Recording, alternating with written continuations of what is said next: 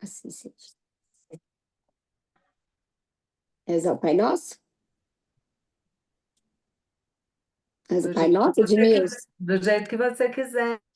Então, Se vamos. você já quiser ler a leitura, depois fazer o Pai Nosso, mas Vamos fazer o pode Pai fazer. Nosso agora, então. Pai nosso que estais no céu, santificado seja o vosso nome.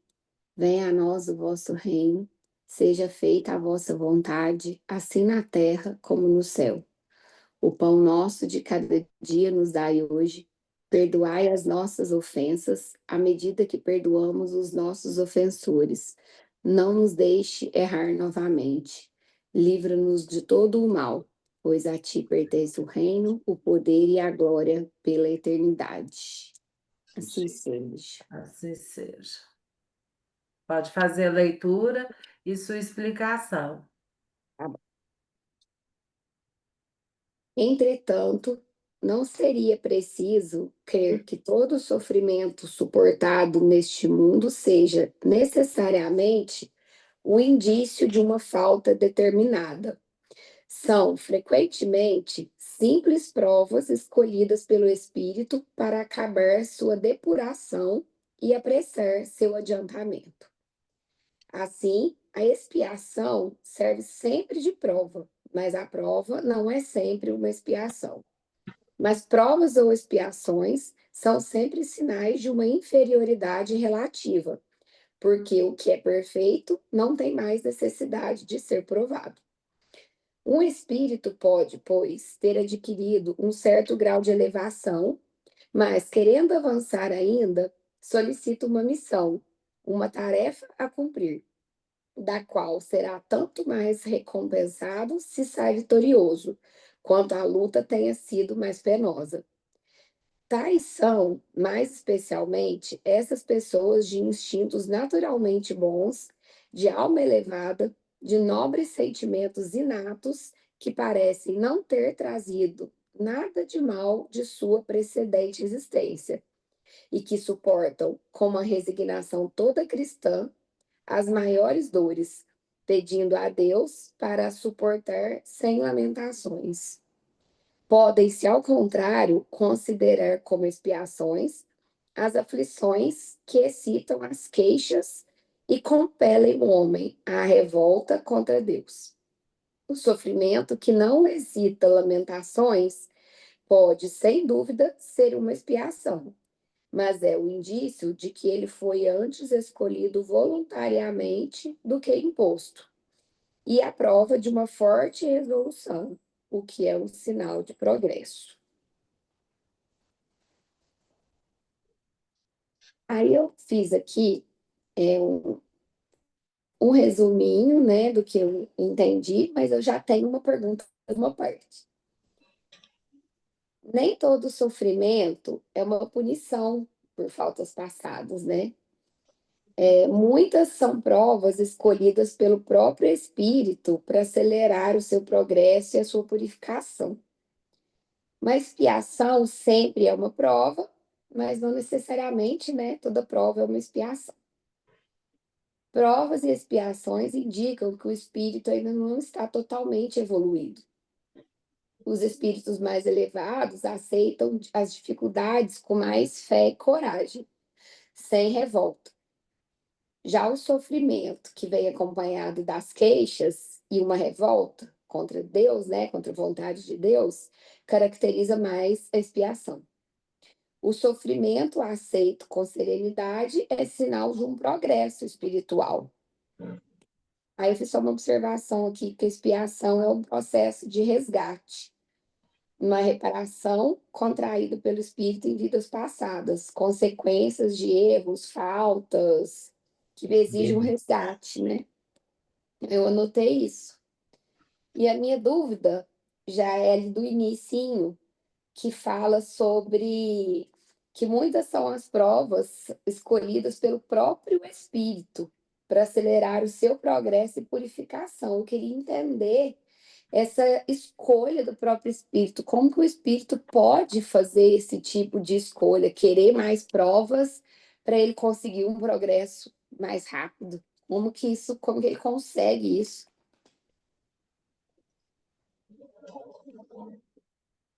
Tá sem som, Edmilson. Aí. Vamos por partes, né? Primeiro, né, vamos pegar um exemplo bem simplesinho de alguém que tenha falhado numa vida passada com um determinado espírito, mas esse espírito, ele é afim. Então, ele pode pedir uma prova para vir como filho, como pai, como filha, como mãe, ou seja, dentro de um círculo onde eles vão estar próximos e, às vezes, pode acontecer de ser uma prova pouquinho difícil, porque existem filhos difíceis e existem pais difíceis, né? Então, o que que acontece? Essa convivência pode ter sido solicitada para que ele pudesse se adiantar e, ao mesmo tempo, né, ficar, vamos dizer assim, mais próximo daquele espírito, de maneira a permitir que o bem-querer se instale. Gente, eu gostaria, antes de tecer mais qualquer comentário, para vocês verem o quanto a gente é testado todos os dias. Todos os dias. Eu vou dar um exemplo de duas pessoas que estão aqui no Evangelho de hoje, né? Nós vimos a Hernani, que passou por um perrengue logo de manhã, e a Ariadne com a sua avó, que também passa por um momento de dificuldade física, né? Então, isso nos mostra que também nós podemos estar aí, Ariadne, né, numa prova solicitada para testar a nossa capacidade, para buscar, né, um entendimento cada vez maior e melhor, maior e melhor. Então, é dessa maneira que a gente tem que entender. Olhem bem uma coisa, como as coisas vão se entrelaçando com lições que nós recebemos, são lições de mais de 2000 anos. Jesus nos disse: orai e vigiai, né? Você disse, quando estava fazendo a prece, para pedir a oração para a sua avó. Orai, orai, né? É por isso que Jesus Tá tem uma cortando, sabedoria. Edmilson, tá picando a sua transmissão. Mas então alguém deve estar com o microfone aberto. Ismaelson, desliga seu Mas microfone. a transmissão do Edmilson, acho que tá picando, é a minha. Eu acho que é a sua, Ariadne, que tá O normal. meu tá fechado. Bom, não é daqui não, mas vamos continuar. Se continuar, a gente procura Ixi, um mecanismo de consertar, né? Então, nós a minha, precisamos. Oi? Agora, a É a Ariadne é que está sua sem. internet, Ariadne, certeza que é. Tenta sair numa varanda aí, num lugar mais. Então, continuando, né? Nós vamos ver que todos nós, temos solicitação de resgate. Às vezes eu quero escolher outras palavras, mas o entendimento fica mais fácil com palavras um pouco mais duras, né? Eu não gosto muito da expressão resgate, porque ela parece que a gente está sendo penalizado. E, na verdade, nós estamos sendo premiados. É diferente. Por quê? Porque quando nós temos a prova e dela conseguimos sucesso, nós vamos alçar um voo um pouco mais alto no mundo espiritual. Continua o problema? Saiu o problema? Como é que está? Tá Tá normal. fechado seu microfone. Bom, então,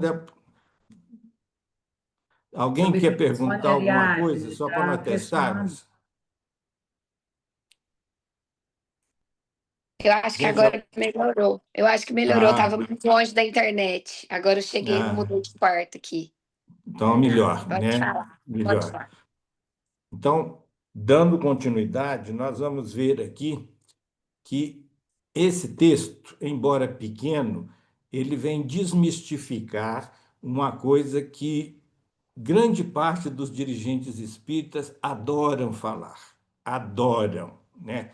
Eles costumam falar que nós viemos aqui num mundo de provas e expiações.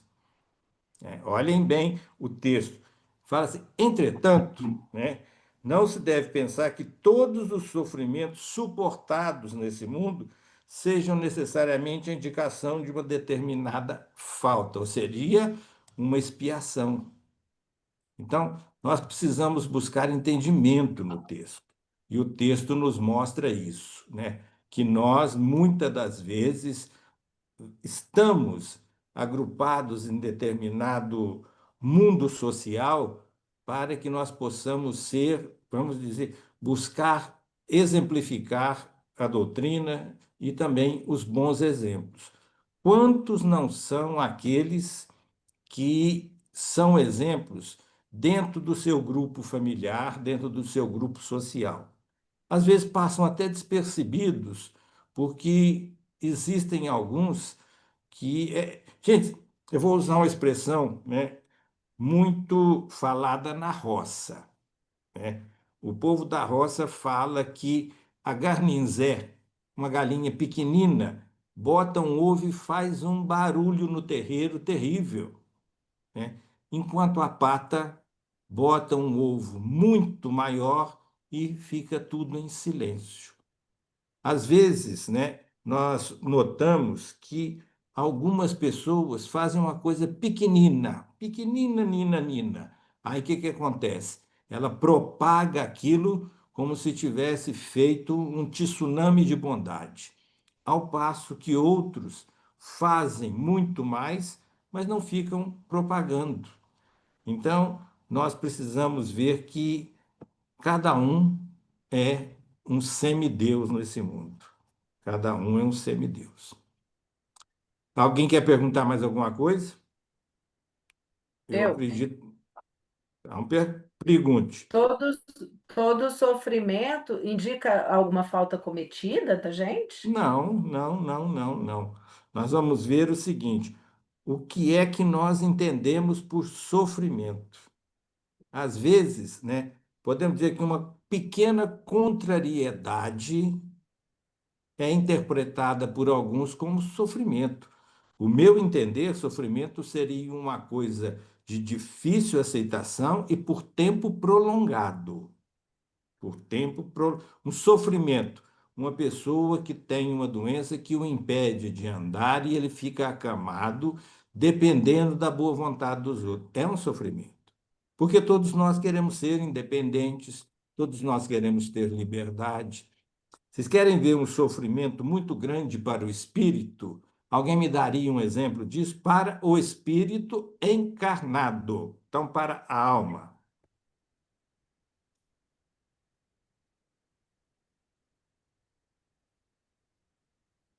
Ficar cego durante a vida.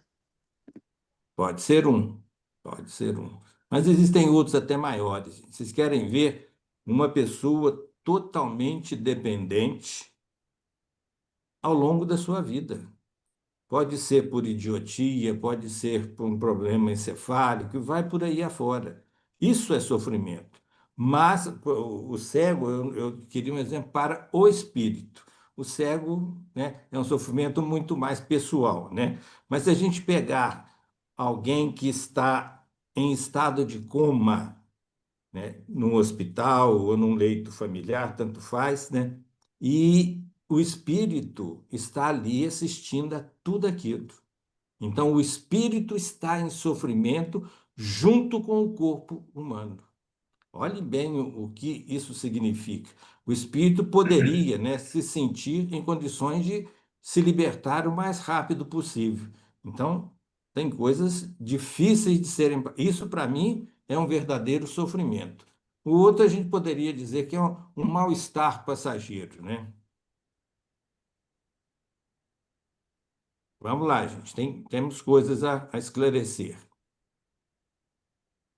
Eu tentei achar uma mensagem que eu vi esses dias para trás, o Chico Xavier falando, sabe?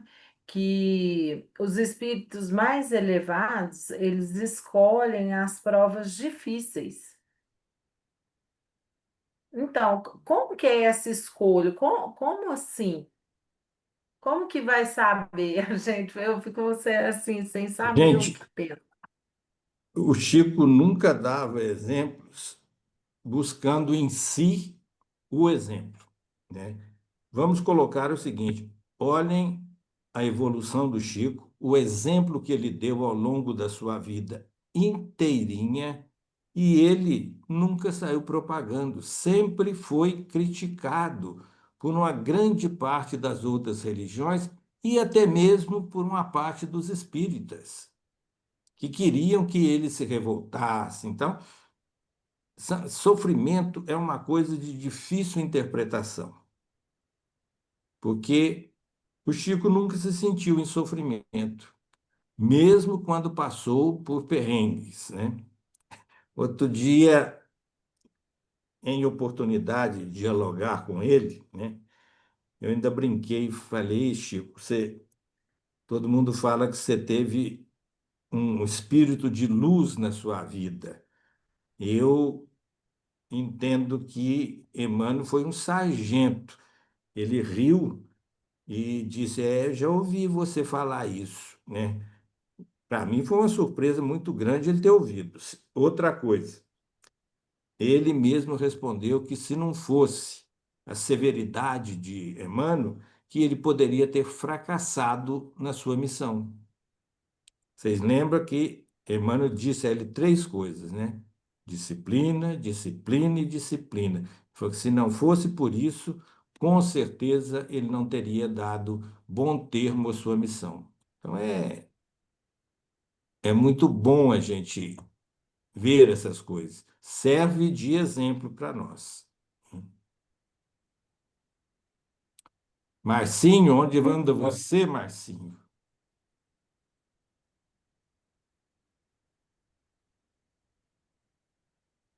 Ninguém vai falar mais nada?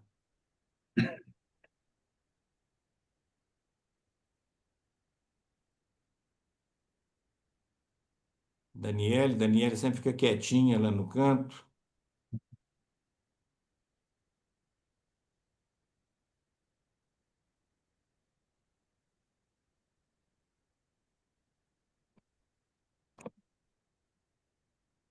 Eu só ia falar do que a gente comentou semana passada, né, de pessoas que vêm para resgatar, talvez em até, né, do que fala aqui, com mais agilidade, né? Falando daquele remédio que está surgindo para as pessoas tetraplégicas, né? Quantas pessoas já passaram a vida aí numa cama e agora está surgindo uma possível oportunidade de das pessoas conseguirem voltar, né? A pelo menos conviver naturalmente. Então, com certeza, é um espírito que veio com uma missão para resgatar muita gente, né? O Bruno, Que maravilha, né?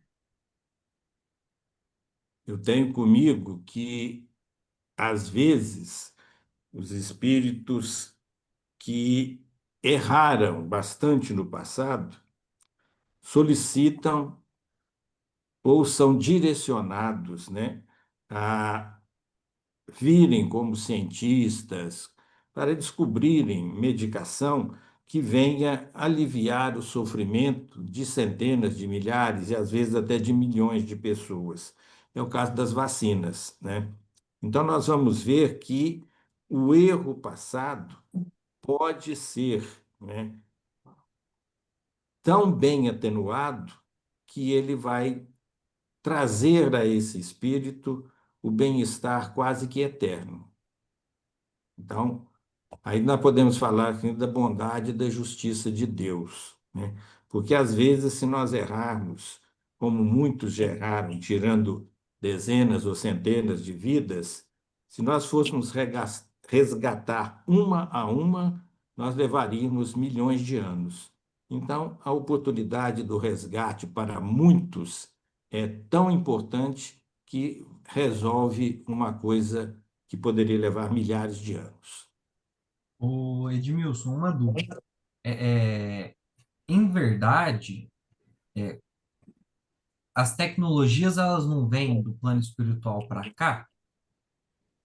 Com- com- Em grande parte. Se vocês Ah, forem ler a coleção do André Luiz, se eu não me engano, que chama Evolução em Dois Mundos, é um dos livros, ele, ele faz assim, um desenho de uma máquina onde a pessoa seria fotografada. Isso em 1947, se eu não me engano, que é a psicografia desse livro, né? Então, nós vamos ver que, naquela época, o tomógrafo já estava praticamente desenhado e pronto no plano espiritual para ser enviado a algum, vamos falar assim, engenheiro de bons costumes aqui na Terra.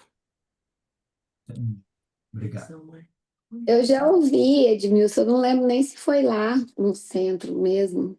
Eu não sei, não sei onde que eu escutei se é verdade mesmo. Parece que o Hitler, aí teve a reencarnação dele, foi um desses médicos que desenvolveu ou uma vacina, uma injeção muito importante que Eu, salvou eu muita que gente. falo isso, eu que falo Ah, isso, que eu voto. Eu não acredito que Hitler tenha feito o desencarne de 6 milhões de pessoas. Alguns dos seus assessores fizeram isso usando do nome, mas é de só menos importância a ele. De 6 milhões, se sobrar 1 milhão para ele, é o que eu sempre digo. Olha, 1 milhão de pessoas. Se nós tivermos um espaço-tempo de 10 anos entre o reencarne de cada um, nós já teríamos aí 10 milhões de anos. Mas, e o tempo de vida dessas pessoas? Se for em torno de 50 anos, e a expectativa de vida está só aumentando. Nós tínhamos 10 milhões, nós passamos a 500 milhões de anos. quantas Olhe vidas bem, precisa? isso com 1 milhão. Se nós Quantos voltarmos aos reencarnes? 6 milhões, nós teríamos 3 bilhões de anos.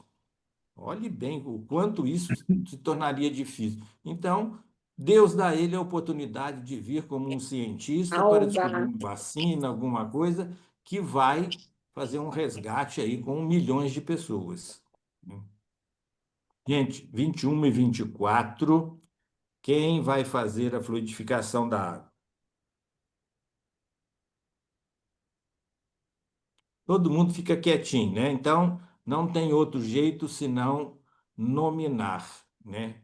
Então, vamos lá. Marcinho, cadê você?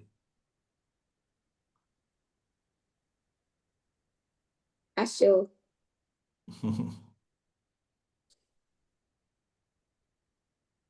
Márcio. Microfone, Márcio.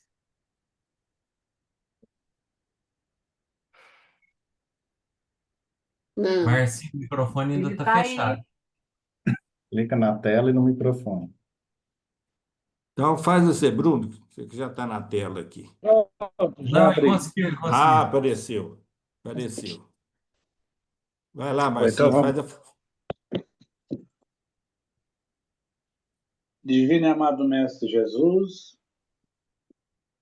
pedimos ao Senhor Jesus que permita que os nossos médicos e enfermeiros da espiritualidade, sob o seu, sob a sua tutela, Jesus, que eles possam colocar nessa água o remédio necessário para cada um de nós, Jesus. Para que ao tomarmos essa água, nós vamos receber o que estamos precisando, se for da vontade do nosso Pai. Que assim seja. Seja. Bom, então, pessoal, nós satisfeitos que o número de participantes está aumentando, né? E que nós possamos ir fazendo com que o Evangelho, que nada mais é a narrativa daqueles que estiveram próximos de Jesus e daqueles que estiveram próximos daqueles que estavam próximos a Jesus, para que nós, além do nosso bem-estar, né, além da nossa condição de busca por uma paz interior, nós possamos também repartir isso com outras pessoas. Esse é o intuito do Evangelho no Lar, fazer com que alguns eu ainda não vi aqui ainda, uma pessoa que esteja acamada e esteja participando conosco. Então, vamos continuar divulgando, pedir que se faça mais daqueles QR Code para a gente distribuir lá no centro. Lembrando que quarta-feira vocês têm visto a quantidade de pessoas que têm ido ao centro. Então, nós precisamos da presença de todos, para que nós possamos repartir a missão. Olhe bem, será que nós não pedimos uma missão lá em cima, né, de estar no centro para praticar caridade? Outro detalhe, né? Nós estamos tendo a oportunidade de atender dezenas de pessoas, na verdade, centenas de pessoas semanalmente, né? Isso, para nós, pode ser não só a conquista de bônus hora, mas um libertar futuro. Então, vamos nos concentrar em participar dos trabalhos e ter a oportunidade de repartir. Tem alguns que acham que o trabalho no centro, para alguns, é uma coisa muito simples, mas da simplicidade é que nascem as boas coisas, né? Nós temos coisas muito boas por fazer e pouca gente para ajudar a fazer. Então, aqueles que estão tendo a oportunidade, não a desperdicem, né? Porque, como dizia o Chico, né? Nós não mudamos o nosso passado. Está lá, está feito, carimbado e registrado. Mas o nosso presente pode nos preparar o futuro. Então, nós podemos estar preparando um futuro, vamos lá, de um pouco mais de luz para cada um. E agora, quem fará a prece de encerramento? Vamos escolher primeiro a pessoa para ler a semana que vem? Pode ser? Pode. Ô, Thales, pode ser você, Thales? Pode sim. Faz tempo que você não faz? Então tá jóia. Obrigada. Então, Tades vai fazer o item 10. O item 10. Agora a prece. Querido Jesus, que na presença dos bons espíritos, dos demais irmãozinhos que nos acompanham, na presença do nosso irmão da espiritualidade amiga, que nós possamos estar encerrando essa noite de muito aprendizado, de muitas bênçãos, pedir em especial pela avó da Ariadne e da Carolina, e todos os demais enfermos, que são familiares dos presentes aqui, e todos aqueles que necessitam das nossas orações. No mais é só, gostaria de agradecer a todos pela presença. Amém. Assim, Seja muito obrigada. gratidão, pessoal. Um abraço a todos. Beijo.